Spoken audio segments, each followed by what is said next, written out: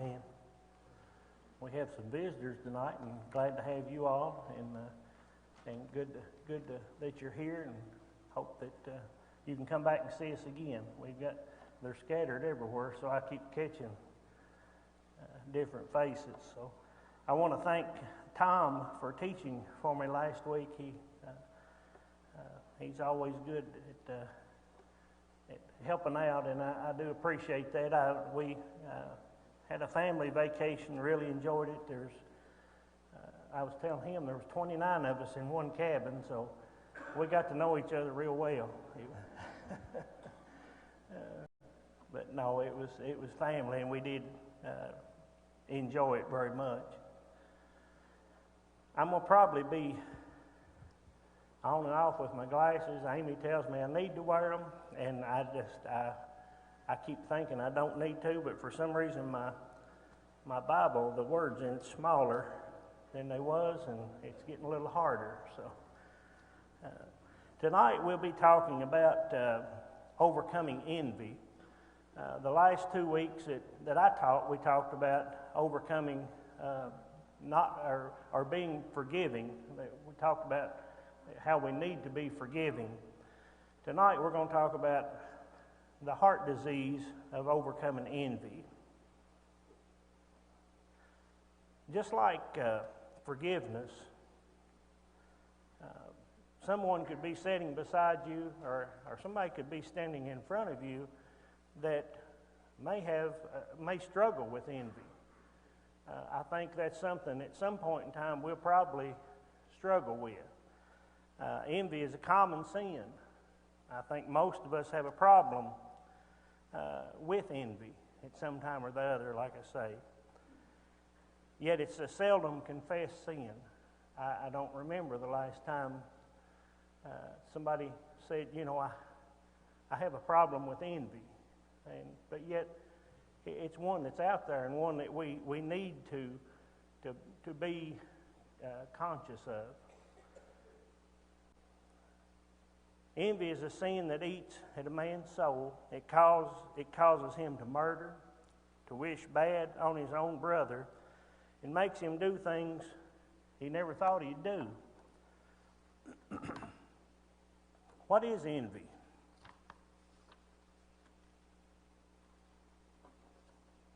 How would you describe envy? Jealousy.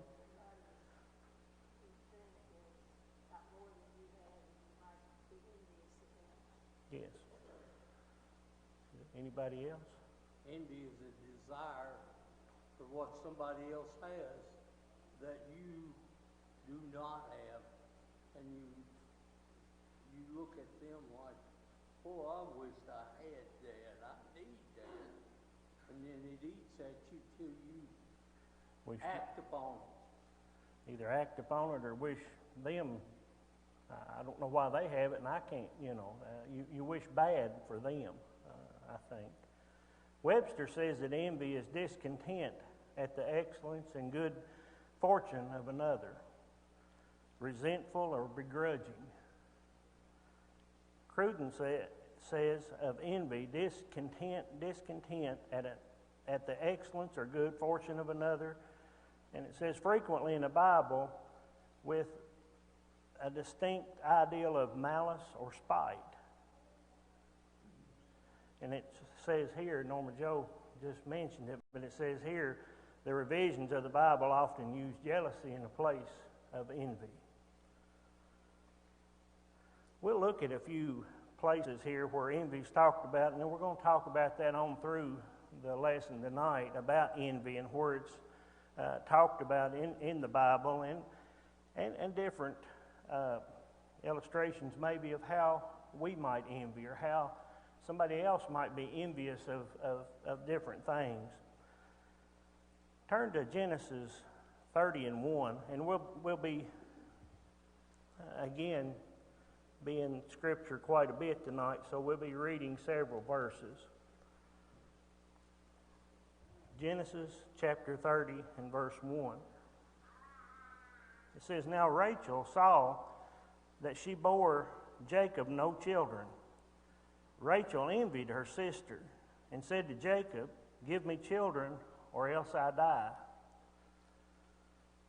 It got so bad that she envied her sister so bad that she just, if I can't have children, I hope I die. And on down we read where, in verse 2, where Jacob was angry with her. He said, "What am I God that I can cause this to happen? I can't get, I can't do this. I can't give you children when you're barren. You can't have children." So we know that she gave her maid, her handmaid, to him to bear children. Another one is the Philistines envied Isaac. Just right back in chapter 26 of Genesis, in verse 14, chapter 26, verse 14, it says, "For he had," and this is talking about Isaac, said he had many possessions of flocks and possessions of herds and a great number of servants. So the Philistines envied him. Does that sound like us, maybe? If I look and I see Mike, and Mike's driving a big nice car, and he's living in a big house and doing, everything. Of course, Mike's looking at me and shaking his head. "What are you talking about?" But I think we can do that. I mean, and he talked about this, and I told Jerry, I said, these some of the examples I got to watch where I'm at here, because the book I'm using was written back in the 70s, so some of the examples can get where some people won't understand what I'm talking about. But anyway, he says, and I think it's a good thing, did we enjoy our two-bedroom house? Did we enjoy our two-bedroom house, where we was at and everything, until our best friend built a four-bedroom house with a three-car garage? And then we look and we say, well, it's not fair. Why does he get this and I can't have this? Did we enjoy that old car we had that was getting us back and forth to work, until we looked and our neighbor had this big shiny sports car, and he was driving it around. I'm still driving my old Oldsmobile or whatever it might be. Is that a problem today, you think, in our society? I think envy can be a big problem in our society today.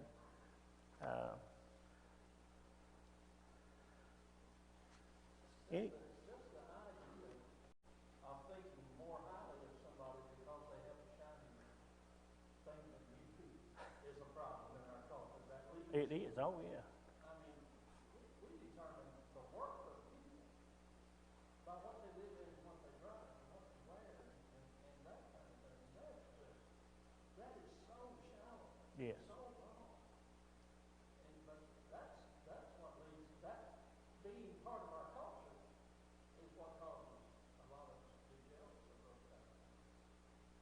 I think I'm jumping way ahead of myself, and probably I always kick myself when I do that, but I'll jump anyway. But shouldn't we be happy for people that are able to have things? I'm not necessarily talking about somebody that's done something wrong to get things, to gather things, but if somebody's able to have the house, the shiny car, the good clothes, I mean, shouldn't we be happy for them? Like I remember way back when I was in high school, we had a new boy come in, and he was driving a beautiful red convertible with a white top on. And I can't tell you what kind of car, but we were all standing outside just looking at it one day, and one of the others said, "Boy, I wish I had that car." And my girlfriend said, "No, you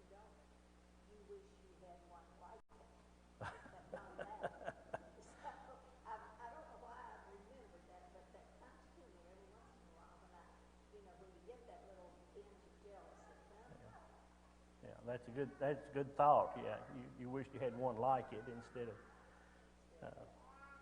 Sometimes I think nowadays, well, let's go out tonight and get it. You know, sometimes it gets to be that to that point. In the church, we are good about suffering with one another. We are really great about so-and-so suffering. You know, I'm going to go home and say, I empathize with him, I'm going to pray with him. But what about when he wins a victory? What about when he gets a new car?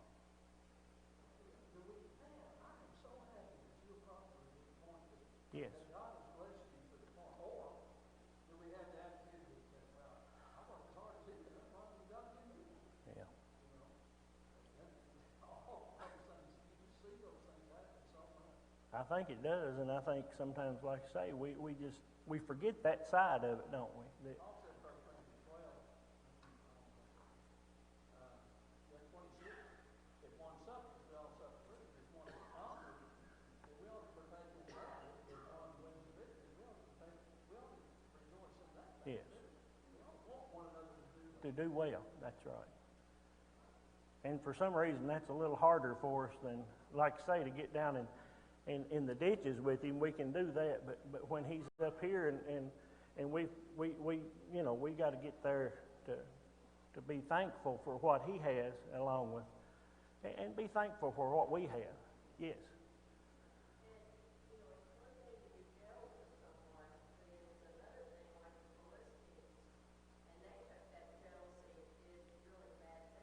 Yes.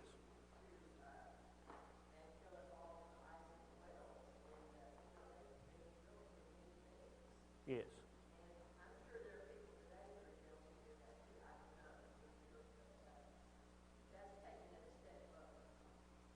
But we do see that today. I mean, there are people that somebody may have a shiny car or this or that, and they may kid or they may do, you know, because I don't have one. You know, it's not fair. Not fair. You know, Mike, when young people set goals for themselves, and as they're living life and working and doing and striving for those goals, it's very easy to look across at the neighbor and say, boy, he's got it all, and here I am slaving, and, you know, he's just a little bit older than I, but man, you know, the wants, the stuff you want in this life suddenly becomes, instead of a goal, it becomes envious of the fellow that's got it. Yes. And you're looking at him with a instead of being happy for him, you are looking at him with a desire that is wanting what he's got, and it all just keeps snowballing on lots of There's. We'll talk a little bit about the nature. Let's talk about the nature of envy. And James chapter 3. If you would turn back to the New Testament, to James chapter 3. And sometimes I don't think we think of envy like this. We don't think of envy as being this bad. I think we kind of pass it off as, well, you know, it's all right to want, and it's all right, but I think sometimes we pass it off, and we don't try, and we don't really see how bad envy is. But in James chapter 3, verses 14 and 15, it says, but if you have bitter envy and self-seeking in your hearts, do not boast and lie against the truth. This wisdom does not descend from above, but is earthly, sensual, and demonic. It's not something that comes from God, is it? This is not something that comes from God. This is something that comes from Satan or from the devil. This is a way that he has to tempt us, to make us do wrong, to make us sin against him. Verse 16 of that same text, where envy and self-seeking exist, confusion and every evil thing are there. Yes. Yeah. It's not a good thing. It's not a good thing. And like I say, I think sometimes we pass it over as one of those sins that, well, all of us are a little bit jealous of somebody else, and we make it a little bit lighter, that it's not, it's not that bad. Envy's not that bad. In Psalms chapter 73, if nothing else, you'll learn where books of the Bible are in this class, because we're going to turn and go to the Word and see what we've got here. But Psalms chapter 73 and verse 3, it's insidious. And sometimes it can be so insidious or so bad that even the righteous can be envious of the evildoers. It says, "For I was envious of the boastful when I saw the prosperity of the wicked." It can even happen to us as Christians. We can be envious. We can have issues with envy. Proverbs chapter 24 and verse 1, it says, "Do not be envious of evil men, nor desire to be with them."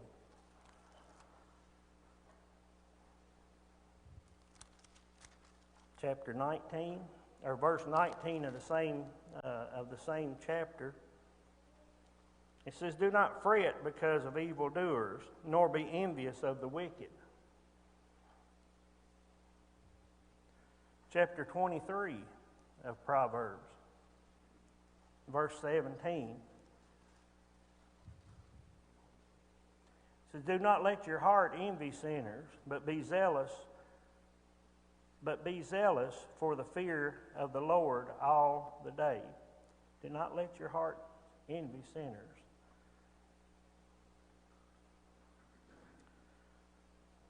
There was a quote, and Jerry probably knows who this is. I didn't know. I had to look him up on the Lord Clarendon. Clarendon? Is it Clarendon? Okay. He said, "Envy is a weed that grows in all soils and climates." And I thought that was a good saying, even though I didn't know who he was. but I think it does. It's like, I know we've said a lot of times that drugs is no respecter of persons. It's in all places in society. And I think envy is the same thing. Envy is in all climates. It's everywhere.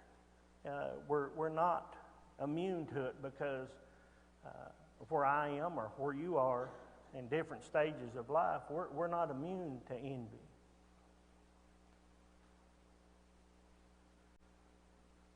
In Titus 3 and 3,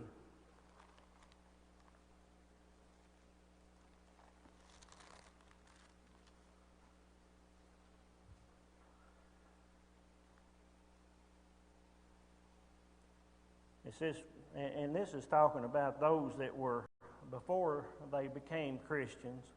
It says, "For we ourselves were also once foolish, disobedient, deceived, serving various lusts and pleasures, living in malice and envy, hateful and hating one another." And this can also be in the brethren in the church too, can't it? It can be within the church.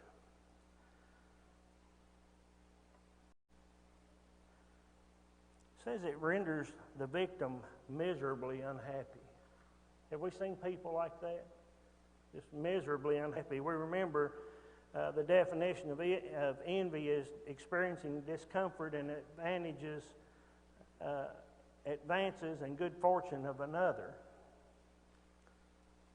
What about in Luke 15, 29 and 30? Who's it talking about here? Anybody remember?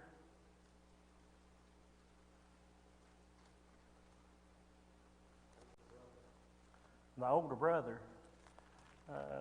We always a lot of times we'll talk about the prodigal son, won't we? And we don't mention the older brother a lot of times. But here, the older brother, he had come, and there was a great celebration when the young son had come back.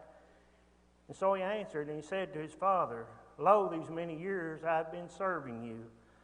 I never transgressed your commandment at any time, and yet you never gave me a young goat that I might make merry with my friends. But as soon as this son of yours came, who has devoured your livelihood with harlots, and you killed the fatted calf for him." What do you think? Was he happy? He was not happy at all, was he? And we can say, well, I see why he wasn't happy, and we can probably see that to some extent, but he should have rejoiced, shouldn't he? When this younger brother came back, he should have rejoiced with his father and been happy that this brother that was gone, this brother that was, as far as they knew, could have been dead, couldn't he? But he'd come home. We need to rejoice, and that can go for us. We can take it right back to that young son that come back, like somebody that's come back to the church, that's been away, that's been living a bad life, a hard life, living the life that this younger son done. And if we're not careful, we're like, they're all noticing him, paying attention to him. Everybody's run down and hug him. Why don't they hug me? When, I've been here all along. Does that happen, you think? It's the very idea that started that chapter. He was eating with tax collectors and sinners, and the Jews, who should have known that, the Jewish leaders, the Pharisees, and others said, "Why is he eating with tax collectors and sinners?" So that's the reason he used that three-part parable. And if you look at that closely, at the older son, that's the Jew. Yeah. That's the point of the parable. Yeah. We concentrate on that lost boy. There's some great lessons there. Yes. But actually, what Jesus was making was, you all are the older son. I'm trying to get these people to come back, and I'm trying to save these people, and all you talk about is they're not fit to do it. You come to them. Yeah. And so that's the point of the whole thing, and it is a major problem. It is. It's a major problem, and it's not it's something that can drive people away, isn't it? If we're not careful. Mike, the older brother, told his daddy that he'd wasted his wealth and that he had been with harlots and all that. And he was looking at exactly what he thought was the way that his brother squandered, and he did. Yeah. But he liked to starve to death. Now, had he known that his brother had starved, then that would have thrown probably a different light. But the light that he was looking for was that, well, he squandered everything you gave him. And he went off, and I was here, and I've done all, but he went off and he lived a life riotous, and he probably did for a while, but money runs out. But when he came to himself, he was eating husk, or thinking about eating husk, probably tried it, eating husk with the hog. And he said, my father's servants eat better than I. They've got bread. Yeah. So I'll go to him. And he said, I'm not worthy to be called your son. very hard to stand on the outside and look in and say, "Oh, he ain't never done nothing for anything." And We can do that sometimes, though, yeah, can't we? we get a visual snap judgment from the outside. Yeah. And it's And just very hard. make that judgment and go on with it, don't we? Envy is likened to cancer of the bones. There in Proverbs 14 and 30, it says, "A sound heart is life to the body, but envy is rottenness of the bones," or to the bones. Also says in Proverbs 27 and 4, "Wrath is cruel and anger a torrent, but who is able to stand before jealousy?"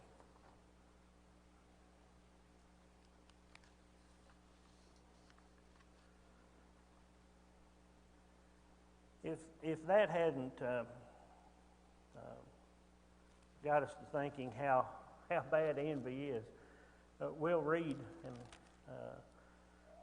some verses now and just see where envy is, some things that envy is associated with, different things, different sins that envy is associated with, and sometimes I don't think we even classify envy as a sin. A lot of times it's just, "Oh, well, that's all right. I just really want it. I just really want it." But that want can sometimes lead, as we see in the Bible with Cain and Abel and with a lot of these others, it can lead to a point that there's no return other than through God, if we will come to ourselves and back to Him. 1 Peter chapter 2 and verse 1, and these are some of the associates of envy.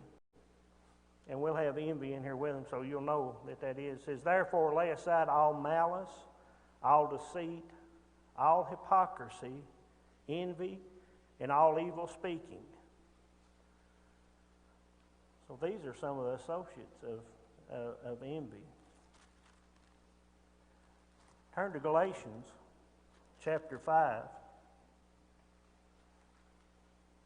starting in verse 19. "Now the works of the flesh are evident, which are adultery, fornication, uncleanness, lewdness, idolatry, sorcery, hatred, contentions, jealousies, outbursts of wrath, selfish ambitions, dissensions and heresies, envy, murderers, drunkenness, revelries, and the like."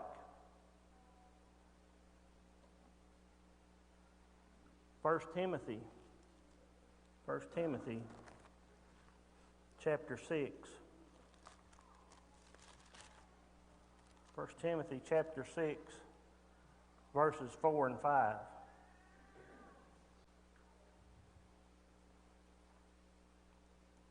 "He is proud, knowing nothing, but is obsessed with disputes and arguments over words, which come from envy, strife, reveling, evil suspicions, useless wranglings of men, corrupt minds, and destitute of truth, who suppose that godliness is a means of gain, from which such withdraw yourself." Right on over in the next, in Titus chapter 3 and verse 3, says, "We ourselves were once also foolish, disobedient, deceived, serving various lusts and pleasures, living in malice and envy, hateful and hating one another."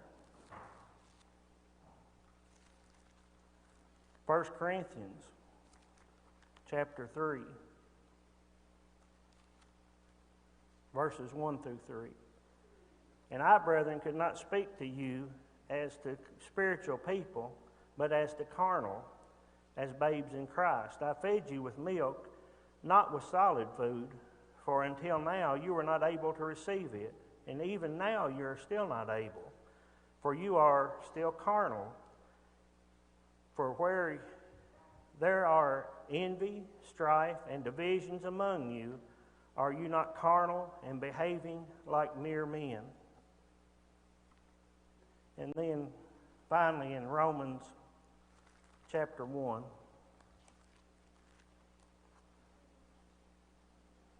starting in verse 29, it says, being filled with all unrighteousness, sexual immorality, wickedness, covetousness, maliciousness, full of envy, murder, strife, deceit, evil-mindedness. They are whisperers, backbiters, haters of God, violent, proud, boasters, inventors of evil things, disobedient to parents, undiscerning, untrustworthy, unloving, unforgiving, unmerciful, who know the righteous judgment of God, who knowing the righteous judgment of God, that those who practice such things are deserving of death, not only do the same, but also approve of those who practice them. When we consider what envy is associated with, is it just something to pass over and say, well, it's just a little thing. It's just a little thing.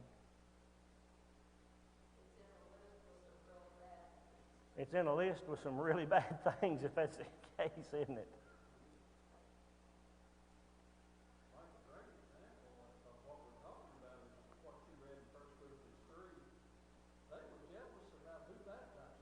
Yes.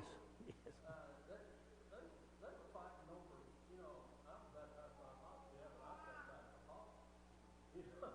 Yeah. Things like that. No. That's a great illustration of envy right there. yes. It's all through the Bible, and so many sins that there are in the Bible, it's tied to envy. It's tied to that little sin that we don't hear a whole lot about. How does God perceive envy? I think we see it in the list that we read. How many of us would not dream of being a murderer? We wouldn't dream of being a murderer, would we? Wouldn't dream of being a hater of God. Yet, are we envious? Sin. And envy can start with that like Jerry said, just not rejoicing with people that are doing well. If we're sitting there thinking he'll get knocked down one of these days, he'll get put in his place. It's not right. Ken?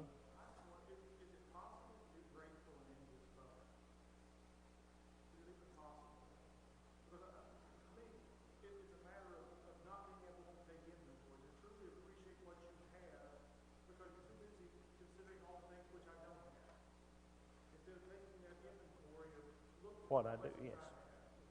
But I'm more concerned on looking over the fence at what somebody else might have instead of truly appreciating what I do have. I think, and Betty probably didn't even know she done that, but I think when she come back and tell me about these kids that were so happy with flour mixed with water, and if they got that once a day, they were happy, and that's what they live for. And I tell you what, if I don't get my 3 meals a day, I'm not happy. A lot of times I'm not happy. I'm not. Yes. I think also is that we're too focused on here and now and not focused on our goal in heaven. Yeah. And if we're more focused on our spiritual life and our mission to save lives and to live for Christ, we're not going to be worried about what we don't have. Yeah. We're going to be worried about what we're going to get. Yeah. I think we lose sight of the goal. We do lose sight of the goal. Appreciate all, yes, Alan.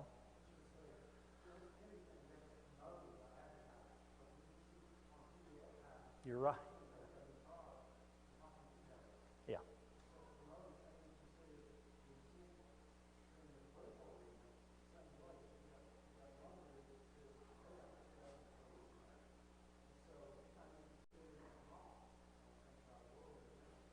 I think you're right. I think it is. That's the advertiser's biggest way to get you, isn't it? They make you envious of that. Yes.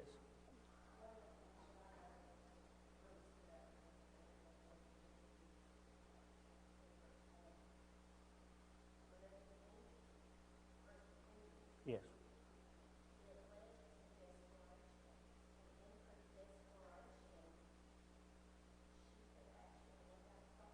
Yes.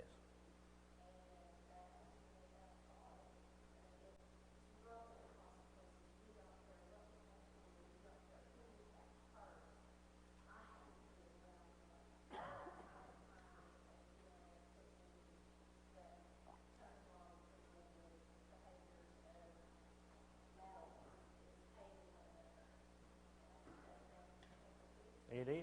It's a very dangerous place to be. Appreciate all the comments. Thank you all. We'll finish this up next week, and thank you again for the comments.